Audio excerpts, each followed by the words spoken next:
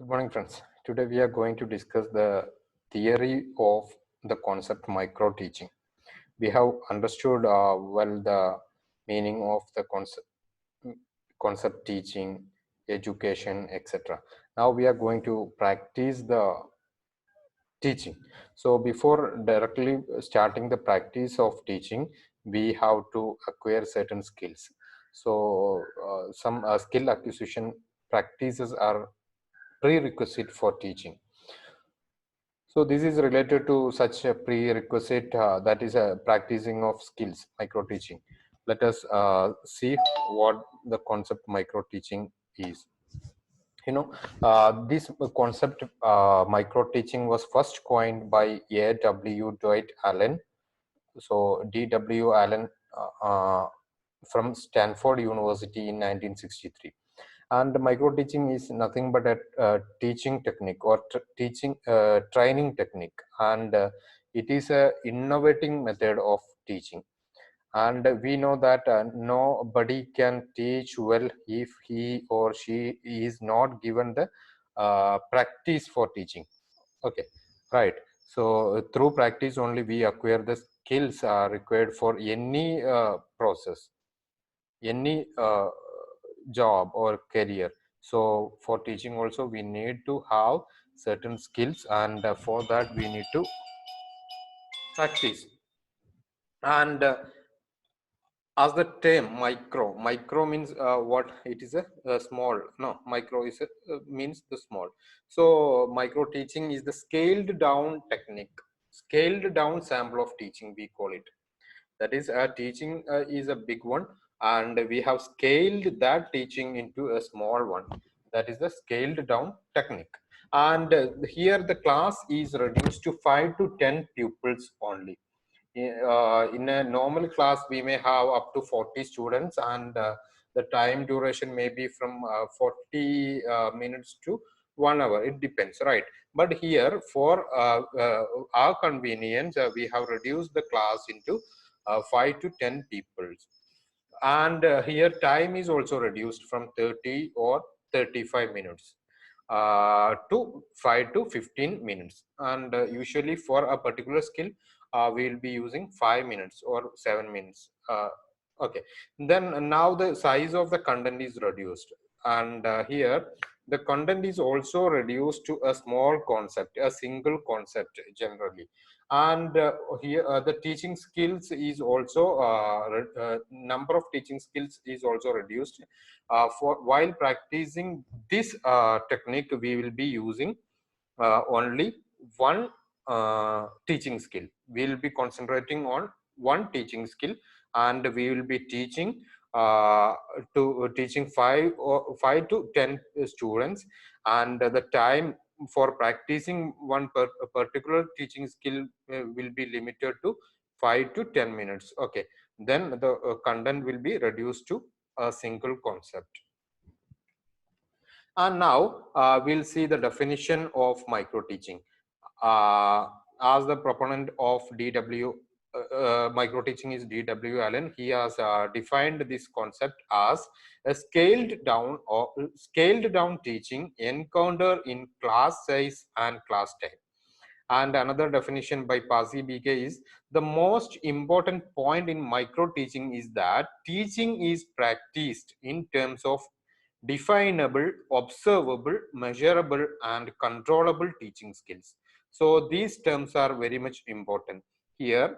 This, no, you see, it is definable. So we will be able to define what we are going to do now. So we can say clearly that I'm going to practice one skill here, like that. Then it can be observable when we practice uh, this some observers can be there who can keenly observe the practice, okay, by us. Then it can be measurable, then they can note, okay, which are the what are the pitfalls in our teaching, but on a particular skill. Then and like that we can control. Here we are controlling the teaching. In fact, in a classroom, we'll have to teach a number of students, and it will be for a long time, maybe 40 minutes or 1 hour like that. And there we will have to teach number of concepts, and we will have to adopt a number of techniques, skills, methods, etc. But here we are controlling the teaching to a small scale for concentrating on the practice of a particular skill. That is the micro teaching. And what are the objectives of micro teaching? See, these are the major objectives of micro teaching. First one is to lessen the complexities that exist in uh, sorry, it is macro classes. Okay, it's not in micro classes, it's macro. See, here when as we mentioned, when we go to a classroom, there we will be having lots of things to deal with, right? We will have to care, give individual attention. At the same time, we'll have to focus on the gifted. At the same time, we'll have to teach a number of topics. We'll have to give assignments, activities, and we'll have to evaluate that. We'll have to give directions. We'll have to lead the students activities. We'll have to involve them in the process of learning, etc. So we cannot do all these things in means in a micro teaching session. We have to lessen the complexities. So we know that these things have to be done by us when we move to the real classroom. But all at once we cannot get mastery over all these techniques.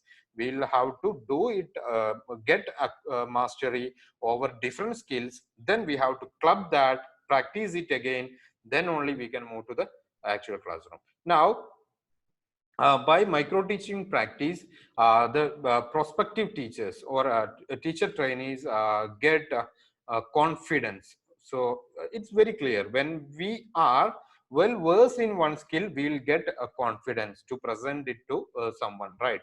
Or through that skill, we can present some concept to someone like that. Now, see, it is a kind of practice teaching.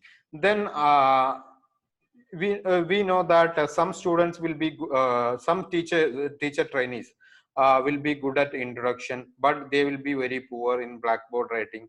They will be some are having good mastery over their subject, but they will not be able to control the class, right?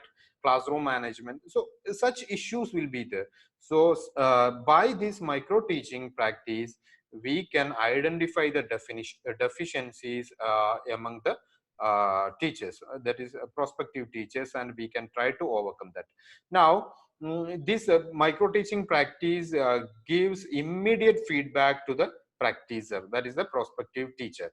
When one person is practicing this micro teaching, as we mentioned already, others including the supervisor will be observing, and immediately after the practice of 5 minutes or 5 minutes, they will be giving the feedback to the presenter. Then they will have to point not the uh, drawbacks, and they will have to replan and reteach. Now, this gives this encourages researchers to identify new teaching skills, and we know that many advancements are coming in the area of teaching and learning. So when for this gives micro teaching gives a platform for the research also. Okay, now we'll analyze the important features of micro teaching, and its micro element, as we mentioned. Macro class will be the class delivered in the actual classroom. It will be including a number of concepts, a number of students, and it for a long time, right? The duration is long comparing to the micro teaching. So here, this is micro teaching is a micro element of the macro teaching, right? Now, technical skills of teaching and teaching strategy. Here, technical or teaching skills are focused. Now here feedback is there. Feedback is very much important. People criticize, observers criticize the presenter, and with a view to help them, right? Now here this is a safe practice ground. Here both the observers and the presenter understand that this is for the self improvement. Now this is a model of teaching, and here this micro teaching classes can also be uh, turned into the research laboratory, right? When we practice some skills, and that time we may have some insight, and that may lead to the uh, researchers, and to find out some new teaching techniques, right? Now characteristics of micro teaching we'll see. And this is an, as we mentioned, it is an experiment in the field of teacher education, which leads into research and research outputs, right? Now it is a skill training technique. Now it is a scaled down teaching. Then it gives immediate feedback by the observers, or if no observers are there, means we can even a person, a teacher trainee can practice adopt how these micro teaching sessions at home. He can record his session teaching, and even he can self criticize.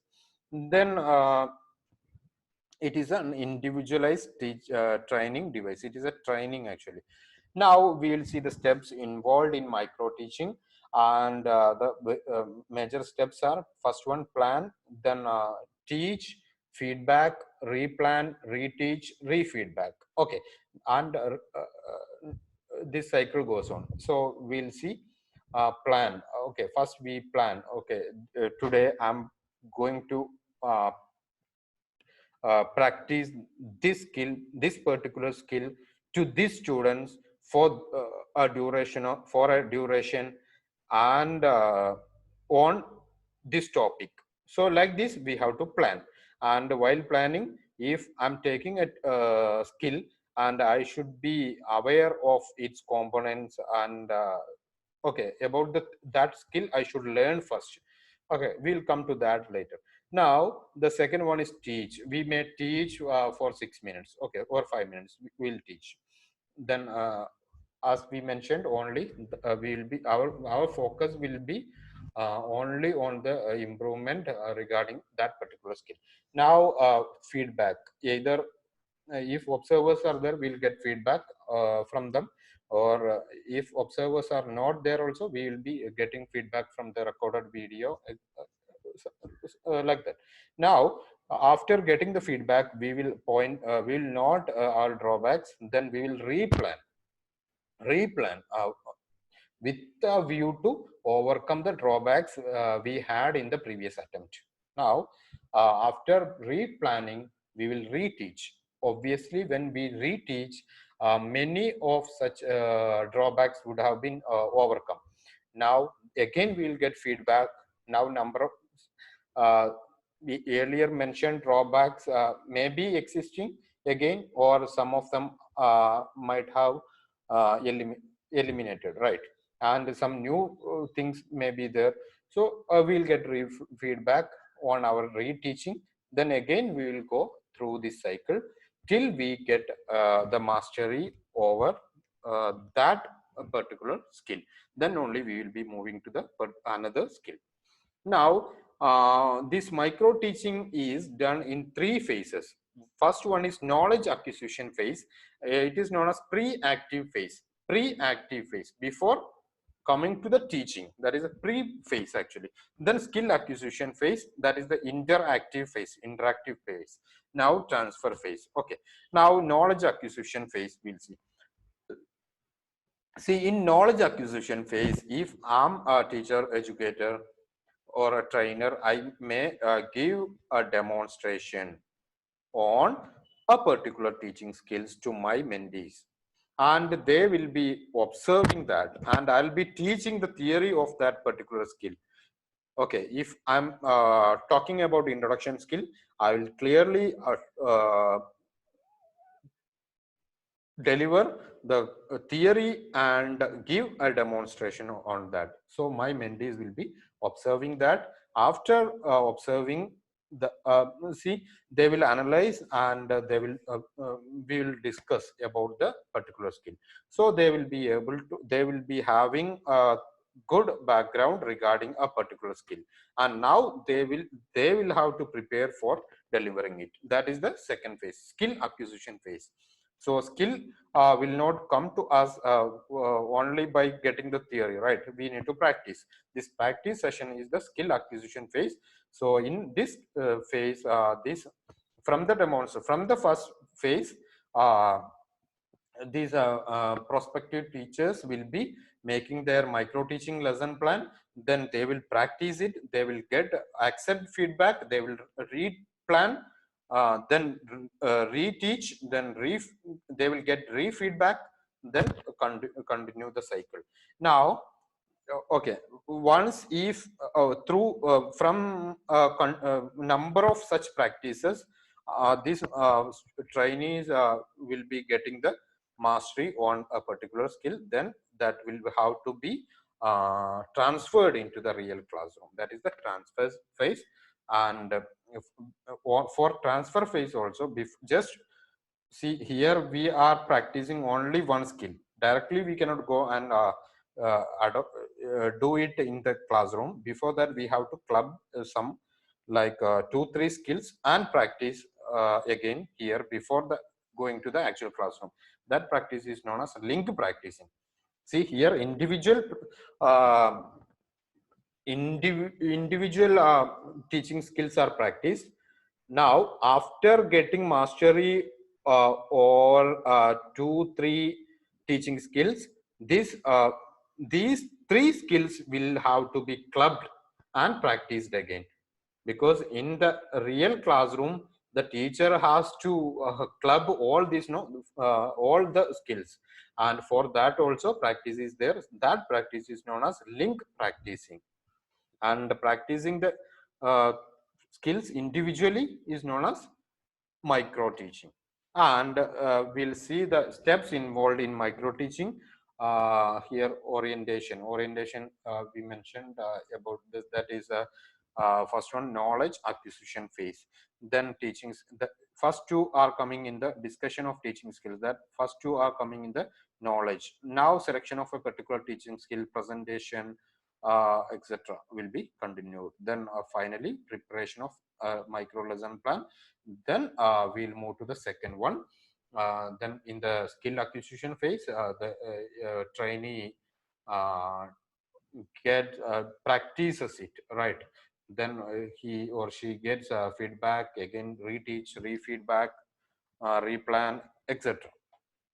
Now how to get feedback? See, oral feedback of the laboratory supervisor. There is the trainer along with the peer teacher trainees can observe the classes and do. If I am a teacher trainee, when I am presenting, practicing one teacher teaching skill, my supervisor and my team members, that is my peers, will be observing it, and they will give feedback to me after my immediately after my practice, and I'll accept, I'll modify my teaching, right? Now questionnaires filled by the people. So different methods we can adopt.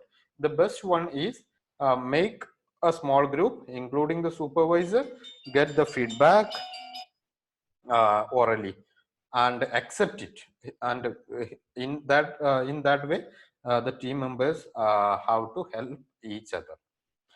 Now there are some practices underlying in micro teaching, that is practice, practice, practice. So that is the only mantra to acquire mastery over a particular skill. Practice, practice, practice. Then reinforcement. So reinforcement, the trainee should be given reinforced by the team members rather than merely criticizing. The positive things can also be mentioned. So when the observers highlights the positive and negatives, from positive this trainee will be getting reinforced, right? Now experimentation. The trainee should be ready for experimenting. Okay, the theory may be there at one side, but on the basis of this theory, the uh, practice can be improved and some new dimension can also be brought. Now evaluation, that is from feedback. Then supervisor, this observers or those who are giving to uh, who are there to give feedback should uh, uh, observe it keenly, and they should highlight only valid points, both positives and negatives, and then continuity, and as we mentioned, practice, practice, practice. So it should be continued, then only mastery will be given. Now, what are the roles of supervisor in micro teaching? See, we have already discussed in the knowledge acquisition phase of micro teaching. The major role is played by the supervisor. He only gives the theoretical background, and he only gives the demonstration to his mentees, and he only helps the students to be prepared. Okay, then in the second stage only the role of mentees come. Okay, now so these are the roles of supervisor, and which are the aids and apparatus we may have, like observation schedule. All the first one, okay, it is not mentioned here. There should be a lesson plan, micro teaching lesson plan with training, and when he or she practices the class, it should be given to the observers, and they will go through the lesson plan. Also they can check whether what that this trainee had prepared for is only practiced here, like that. And if some video lessons can also be there. Better if the sessions are recorded, no, then it can be uh, means observed again and again and find out even smallest mistakes by the trainer, by the trainee. So like this. Now, this micro teaching can also be there in pre-service and in service. See, these are the merits or advantages of micro teaching. Here we get this is an attempt to get mastery over different teaching skills before a teacher is going to the classroom. Okay. Now, limitations are there. It is costly. Why? Because you see, it costly in the sense of time and energy. Sometimes for getting mastery in the initial phase, in the first few teaching skills will be taking time for at least for some students, because through practice only, and throughout this duration both the trainees and the supervisor are engaged, isn't it, like this. And competent teacher educator, and here, no, the teacher educator or mentor should be ready to help the trainee, and there should be no compromise in this process. Before getting mastery on one teaching skill, we should not move to the next one, because in actual classroom we need all these skills to be clubbed. That's why here I have written the last point: micro teaching alone is not sufficient. After, if we practice micro teaching for 5 skills to say, and if we are moving directly without practicing in clubbing these skills, if we are moving to classroom, that may not be fruitful. There in the real classroom we need to have the clubbing of all these skills. So for clubbing also we need to practice, that is the link practice. Now this is just a comparison between micro teaching and classroom teaching. Micro teaching or macro teaching. So micro teaching relatively simple because of the reasons we mentioned, like time, content, then number of students, etc. Then other side macro is complex.